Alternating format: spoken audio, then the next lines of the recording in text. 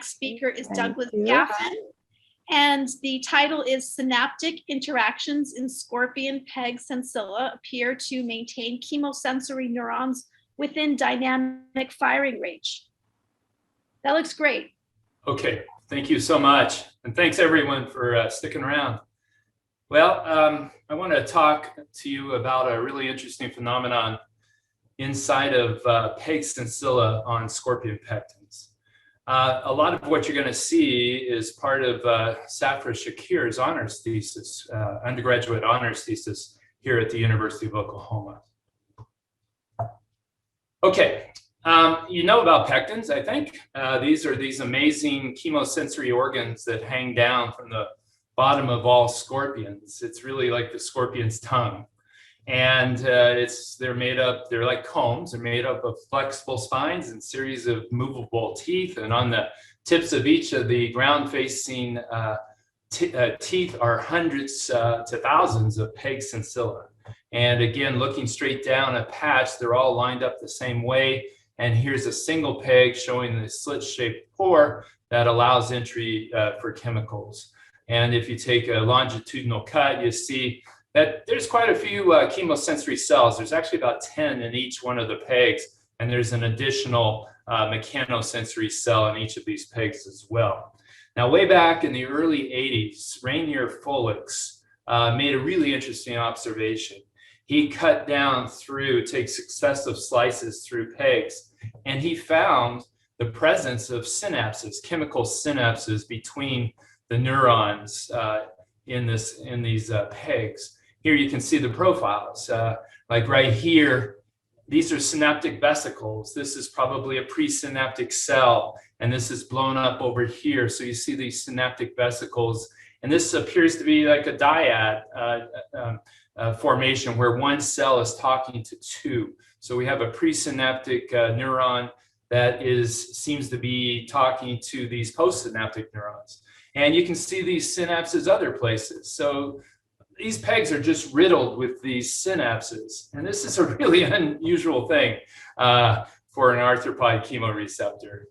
Nonetheless, we have done some work on this, and we started making some recordings from the peg sensilla. And this is what we do. We put the scorpion on its back, and we put an electrode in the tail to make contact with hemolymph. And then we elevate the pectins on a cover slip atop double-sided sticky tape, and we maneuver with a micro manipulator tungsten electrode into the pegs. And this is a cartoon of what it looks like up close. And here comes the electrode, and we stick the electrode through the base of these pegs. And once you do that, you can hear the nervous system. And it's really easy to do, actually, and they're very stable recordings. So if you can see this cartoon, this might be what those cells are doing. They're sending action potentials to the scorpion brain. And so, of course, we're sticking our electrode in among those cells. This is called extracellular electrophysiology. So that's good because we can hear multiple cells. And you might even notice in this recording that every time a B cell fires, there might be a little clearing around the A cells. And you can use a process called cross-correlation analysis to start to see this. Now, I'm going to say more about this analysis later, but simply put, we go through and we center the B spike, and we look at the activity of the A spikes in very small windows of time relative to that B spike. And you can see this is a really clear example of what looks to be inhibition, a synaptic inhibition. There's even an inhibitory rebound out here several milliseconds later. So we first described this physiologically back in the 90s, but we didn't really know a whole lot to make of this. We proposed an information enhancement idea in which maybe if you had this system of neurons and say hexanol comes along and stimulates the A cells, but hexanal might be another chemical of interest. And when it comes along, it would stimulate the B cell and quiet the A cells and maybe somehow enhance the information that is sent to the scorpion brain. Well, I'm not so sure about that now, and we aren't. Even way back in that paper, we had noted that there seemed to be some heightening of these A cells just prior to the B cell, which is hinting almost at the A cells exciting the B cells to then quiet the A cells, some sort of a little tight feedback loop. Well, Safra comes along and we start attacking this problem again. And we realized we wanted to make some really long-term recordings. So that's what Safra did. She made some beautiful several long-term recordings, all-night recordings from single peg sensilla. And we wrote a MATLAB script because we wanted to get our cell classifications as accurate as we could possibly make them. So in this script, we display the record, but then we can step along in small bouts of time, such as this expanded segment here. And we can then superimpose all of those action potentials atop each other by expanding the time frame. And you can start seeing that they group into classes. And then we can tag them. The user then comes in and says, okay, let's call this the B cells and let's call these the A cells. And the program will separate those out over to the side. But then we did it all over again. We would take the product of this, I'm not showing this, but then we would march through again and pull out, for example, the A1 and the A2 cells, because they also resolve when you look closely enough. So this is really laborious work. It's almost hand sorting of spikes, but nonetheless, it's really necessary. And so we first applied cross-correlation analysis. Let me just walk you quickly through this and how this works. So here's a raw record with some noise, and you first eliminate the background noise and chop out the spikes and superimpose them just like you saw. Then you can tag them just like we did, and the computer will then indicate that on your record, which you can then, of course, separate. And then you ask the computer to go through and in small windows of time, take one of your reference spikes and look at what the other spikes are doing relative to that. And so the computer then marches through the entire record, and then you superimpose all of those small windows. And when you do this enough across the whole record, you start to read up a histogram that can show you some profile of activity. So here's Safra's data and one of her recordings, and here's a case where we've isolated little snippets of it, but I just want to show you that these spikes have been classified quite nicely. Here are the A1 and the A2 spikes and the B spikes. You'll see some on the heels. That's just because the second spike fired within the window of time. But most important is this. These are called autocorrelations, autocorrelograms. It's just like cross-correlation, except instead of crossing between two different spikes, you cross against yourself. And you would therefore expect to see a refractory period because neurons cannot spike on top of themselves. And so you should expect to see a clearing at the 0 mark. And we see a great one here for these A1s, pretty darn good on A2, and very good on B as well. So we feel really quite good about these classifications. And so what do the cross correlations look like? Well, again, we get this wonderful inhibition in both A1 versus the B and the A2 versus the B, just as we've seen before, but nothing going on between A1 and A2. Okay, so that repeats what we've seen, but we wanted to take this a step further to look more closely. And Safra found this paper by Tam et al. That talks about two techniques. One's called conditional interspike interval plots, and the other is called conditional cross interval plots. I think I got that right. Now these get really confusing, and believe me, we struggle with this, but we got this right, we think, over a semester of struggle. And so let me tell you the logic of CII. Okay, you have a reference train and a cross train. So say you're trying to look at interactions between these two different cells that are spiking. So let's call this the reference train, and you look at you go back in time to the cross train to find the first spike, and then you go forward in the reference train to find the first subsequent spike in that train. And then you make a scatter plot where you plot the backward cross interval on the y-axis and for this interspike interval of the reference train on the x-axis. And when you do that, you can start to see near temporal patterns.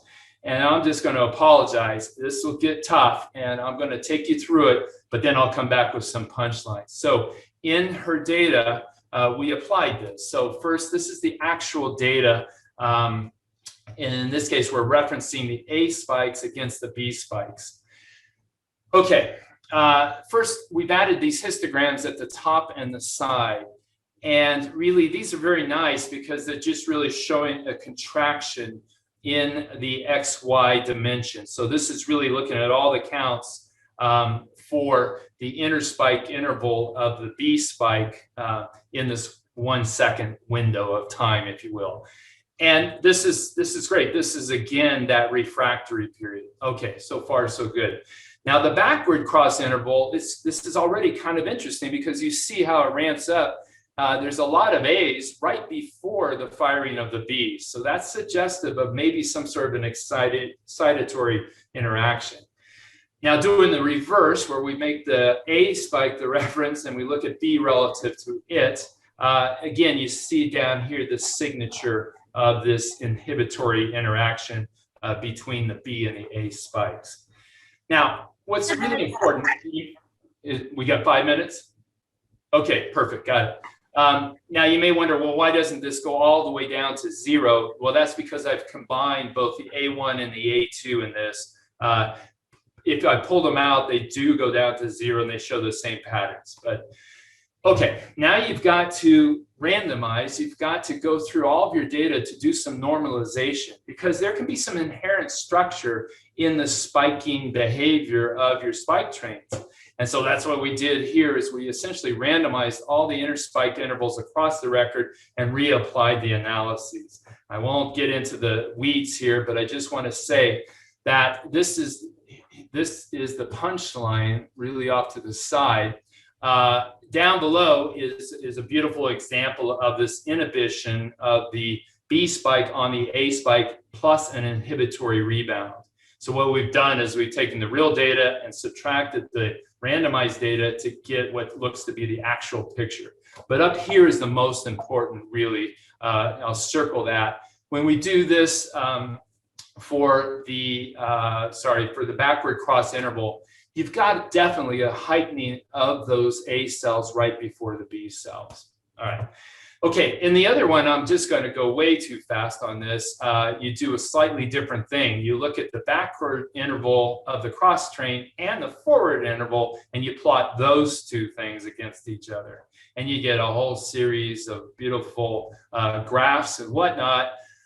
But let me cut to the chase here and show you again. Well, first of all, at the top, we see the signature of the B inhibiting the A cell followed by a rebound. And you see it down here as well. But it's these two middle graphs that are important, where it really clearly looks like the A cells are heightened right before the B cells, especially compared to random. And it happens, again, when you do the reverse correlation.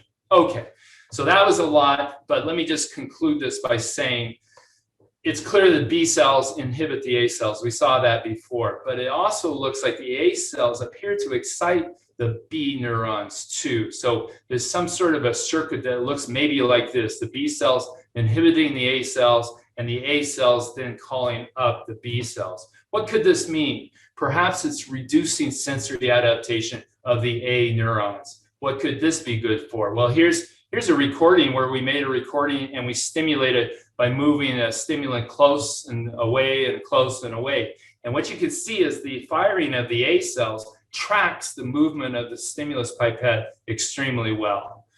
What can that mean? Well, maybe it's important for accurate chemical assessment in things like navigation or in tracking pheromone paths.